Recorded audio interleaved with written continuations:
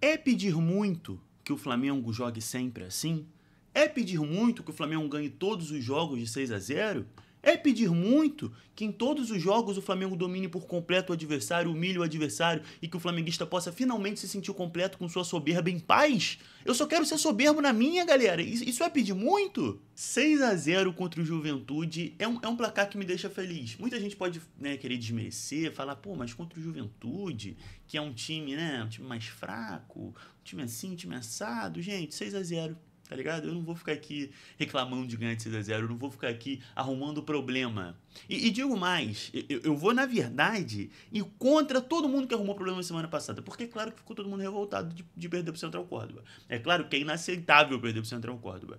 Mas pra mim esse jogo deixa muito claro que a gente perdeu aquele porque não conseguiu fazer um gol no início. Se o Flamengo tivesse feito o gol no início, aquela primeira jogada lá do Juninho, que ele fica cara a cara, se ele finaliza direito ou se ele toca no Arrascaeta e a gente faz o gol, o Flamengo muito provavelmente ganharia aquele jogo com facilidade, assim como ganhou esse. Porque o Central Córdoba não é um adversário assim tão melhor do que o Juventude. A diferença foi, o Flamengo não conseguiu fazer o gol no início e pior do que isso, teve o pênalti lá do Léo Pereira, tomou o gol e aí o jogo vira outro. Porque aí começa a pressão, começa o nervosismo, começa o outro time a conseguir se fechar mais, a conseguir ter o psicológico, né, mais forte do que o nosso, o que não deveria acontecer. E tudo bem, mas assim, condiciona muito o jogo. Não fazer o gol e tomar o gol condiciona muito o jogo. Então eu acho que esse jogo é importante pra gente olhar que o problema não foi, o Felipe Luiz ele substituiu jogadores importantes. Nesse jogo também. Léo Ortiz não jogou, De La Cruz não jogou, Bruno Henrique não jogou. E mesmo assim o Flamengo ganhou de 6-0 sem grandes dificuldades contra o Juventude. Agora, algumas coisinhas me preocupam nesse jogo. Eu não quero ser a pessoa chata que fica reclamando num jogo que a gente ganhou de 6-0. E eu não vou reclamar, tá? Só pra ficar claro. Não é uma reclamação. É só assim, eu fico pensando sobre. A primeira delas é, precisava mesmo o Arrascaeta jogar? Tipo assim, beleza, ele óbvio que precisava no sentido de ele deu 2 assistências e fez um gol. Mas não dava pra gente ganhar do Juventude, talvez não de 6-0, mas de 1-0, 2-0 e poupar o Arrascaeta, porque vamos lá, ele tem jogado os últimos jogos todos. Né? Jogou contra o Central Córdoba, jogou contra o Vitória, jogou contra o último jogo, que foi contra o Grêmio, ele jogou esse jogo de ontem. Agora, contra o Vasco ele não vai jogar? Eu acho que deveria. Contra o LDU, ele não vai jogar. Contra o LDU, ele tem que jogar. O Flamengo tem que. Assim, dizer que tem que ganhar é duro porque vai ser muito difícil ganhar esse jogo na altitude. Mas tem pelo menos que tentar muito ganhar esse jogo. E aí o Arrascaeta vai vir numa sequência de tantos jogos seguidos. Depois ainda o Corinthians em casa, que também é um adversário forte, muito mais forte que o Juventude. Então eu teria poupado alguns jogadores. O próprio Alexandro, que sentiu, né? Também não teria botado para jogar. Agora. E depois que o Flamengo faz 3-0, acho que aos 20 minutos já tava 3-0, eu teria tirado ali. Arrascaeta, Alexandre, o próprio Gerson, eu teria tirado os jogadores todos, na hora mesmo. 20 minutos do primeiro tempo você teria feito troca? Sim, por que não? Né? Não tem essa obrigação de deixar os caras jogando. Tudo bem que o Arrascaeta saiu ali, acho que aos 10 minutos do segundo tempo, então ele não jogou o jogo todo, mas eu não teria nem botado e tivesse botado, teria tirado logo. Agora que eu falei aqui o que eu teria feito diferente, eu vou falar as coisas boas, que é quase tudo, né? O Pedro voltando a fazer o gol, né? Fazendo 2 gols. Tem mais uma coisa que eu vou ser chato. Mais uma chatice minha. O Pedro não pode ser batedor de pênalti, tá? Eu sei que muita gente vai discordar, muita gente vai falar, mas ele fez o gol na Copa do Mundo, mas ele é o batedor do Flamengo, mas ele é muito inconsistente. Ele não é um bom batedor de pênalti. Ele é muito bom em quase tudo. Sabe assim, ele é um centroavante perfeito. Agora, bater pênalti não é dele. Ok. Ninguém precisa ser bom em tudo, sabe? E o Pedro não é bom batendo pênalti. Ontem ele perdeu o pênalti, fez no rebote, mas não bate pênalti bem. Bom.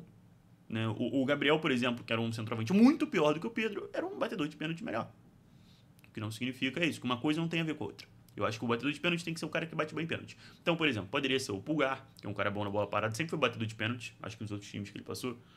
O De La Cruz, eu acho que é um batedor melhor. O próprio Léo Pereira bate melhor, eu acho. Eu não gostaria que o Pedro ficasse batendo pênalti. Ontem eu até entendo, pelo contexto de ser o jogo que ele voltou, fazer 2 gols, show. Acho que não tem problema ele bater ontem, o jogo já tava 5-0. Mas daqui pra frente eu gostaria que o Felipe Luiz mudasse isso. Gostaria de ver outros jogadores batendo pênalti no Flamengo. Agora vamos para as coisas boas, finalmente. É isso, o Pedro voltando, fazendo 2 gols, bem fisicamente, muito bem. Eu achei, assim, surpreendente. Né? Ele conseguiu isso, deu elástico, deu o carrinho pra fazer o gol, até um pouco temerário, eu achei, assim, eu fiquei com certo medo vendo ele fazendo aquilo, mas me pareceu bem, pareceu que não teve grandes problemas. O Arrascaeta continua sendo um deus, né? O Arrascaeta tá num nível, numa fase que, porra, tá incrível. Assim, eu espero que ele consiga manter, principalmente pela parte física, que a gente sabe que ele costuma ter problemas. Mas pô, muito, muito bom. Defensivamente, o time não se deu chances, o que também é muito importante, porque às vezes o Filipe Luiz ele fala isso até, né? Que é algo que ele assume, né? Que, desculpe, eu assumo esse risco. Se for pra perder eu prefiro perder assim. E muitas vezes o Flamengo realmente fica muito exposto num contra-ataque, alguma coisa assim. A gente vê que os jogadores ficam, às vezes, 2 zagueiros contra 3 atacantes, ou então, né, numa quantidade de igualdade numérica, mas todo mundo no mano a mano, fica um certo desespero os contra-ataques que o Flamengo sofre. Ontem, até, né, pelo placar, o resultado, a forma que o Flamengo conseguiu controlar o jogo, não teve esses lances, que eu achei um ponto muito positivo também.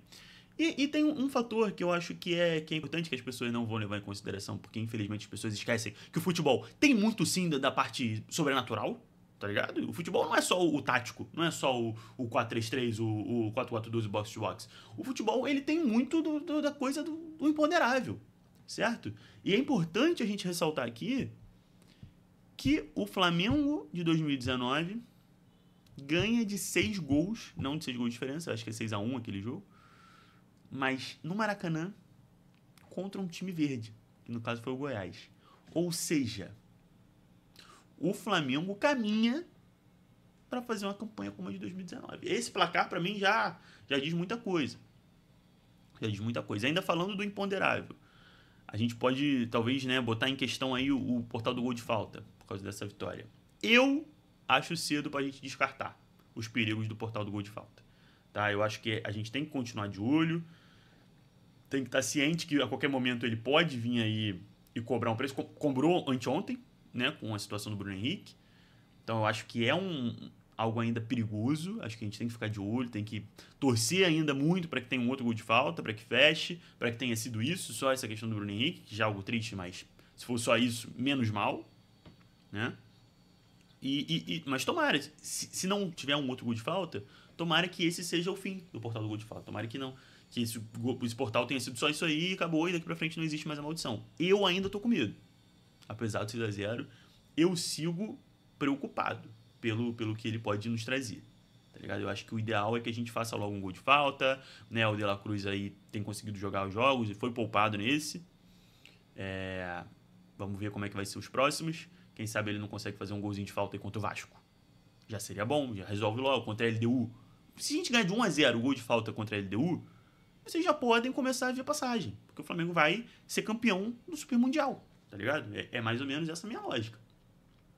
E eu gostei, gente. Eu gostei muito do jogo. Acho que não tem nem muito como dizer qualquer coisa diferente disso. Apesar de eu ter conseguido trazer aqui vários pontos aí, né? Olha que análise que eu faço, né? Vocês ficam achando que eu sou só palhaçadinha? Que eu só faço videozinho de comédia? Não, aqui. Análise séria. Tá ligado? É isso. Espero que vocês tenham gostado. Espero que vocês tenham gostado do jogo também. Digam nos comentários o que vocês acharam desse jogo. Foi bom? Foi ruim? Óbvio que foi bom. Se você acha que foi ruim, você é maluco.